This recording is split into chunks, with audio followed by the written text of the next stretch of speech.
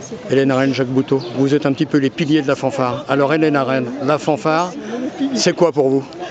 La fanfare, c'est parti donc l'année dernière d'une idée que j'avais qu'on chante les chansons d'Ashka, vu que j'ai occupé l'Odéon en 2021 et qu'on chante, qu'on fasse danser les gens sur Danser encore et d'autres chansons d'Ashka. Voilà. Et comme Julien voulait aussi... Alors vous parlez de Julien Bayou, secrétaire national des Verts, voilà, au moment où on parle, c'est-à-dire en août 22. Voilà, voulait aussi faire une fanfare, vu il joue du sax alto, qu'il y a pas mal de gens qui jouent d'instruments avant dans le parti. Donc du coup, on a fait les deux, quoi.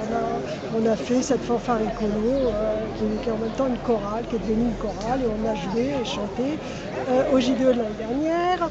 Après, donc, des chansons d'Ashka, Bella Ciao et d'autres chansons. Et après, on a joué aussi et chanté dans le cadre de manifestations, notamment pour les femmes, qui étaient organisées par nous toutes.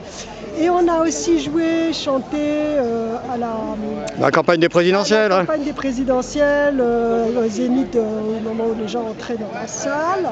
Et puis on remet ça cette année avec des pièces qu'on n'a jamais faites. Voilà, qu'on a fait donc tout à l'heure, qu'on a joué tout à l'heure à l'entrée, là, mais qu'on jouera aussi demain. Voilà. Jacques Bouteau, vous n'êtes pas étranger, vous, aux paroles. C'est un petit peu votre spécialité dans le groupe? Non, mais parce qu'on s'est dit que les paroles écologistes sur des chansons déjà existantes, c'était bien, c'était sympa, mais qu'on avait aussi la possibilité de créer des chansons qui deviennent des hymnes écolos, en tout cas qui rassemblent les écologistes. Et ça nous paraissait un moment intéressant de le faire aux journées d'été. Donc on a écrit des paroles et on a créé une chanson.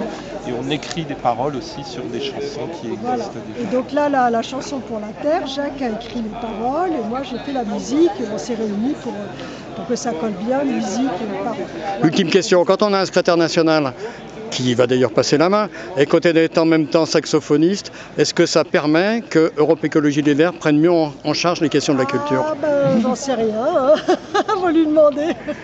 Mais pourquoi Europe Écologie Les Verts prend pas si mal en charge les questions de la culture? Enfin, il y a certainement une marge de progrès, mais je pense que l'écologie peut pas être dissociée de la culture, parce que la culture, c'est quelque chose qui rassemble et qui formate l'esprit critique. Et je pense que si on a bien un projet, nous, c'est de rassembler autour de l'écologie et de formater l'esprit critique pour une nouvelle société. Donc on est en plein dedans.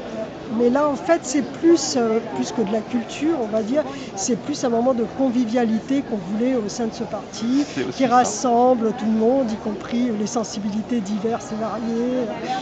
Donc c'est vrai que c'est agréable parce qu'on se réunit et qu'on laisse de côté les sensibilités, les petites querelles et tout. On se réunit autour de la musique et ça, c'est chouette. Voilà, ça, c'est ce qui me plaît.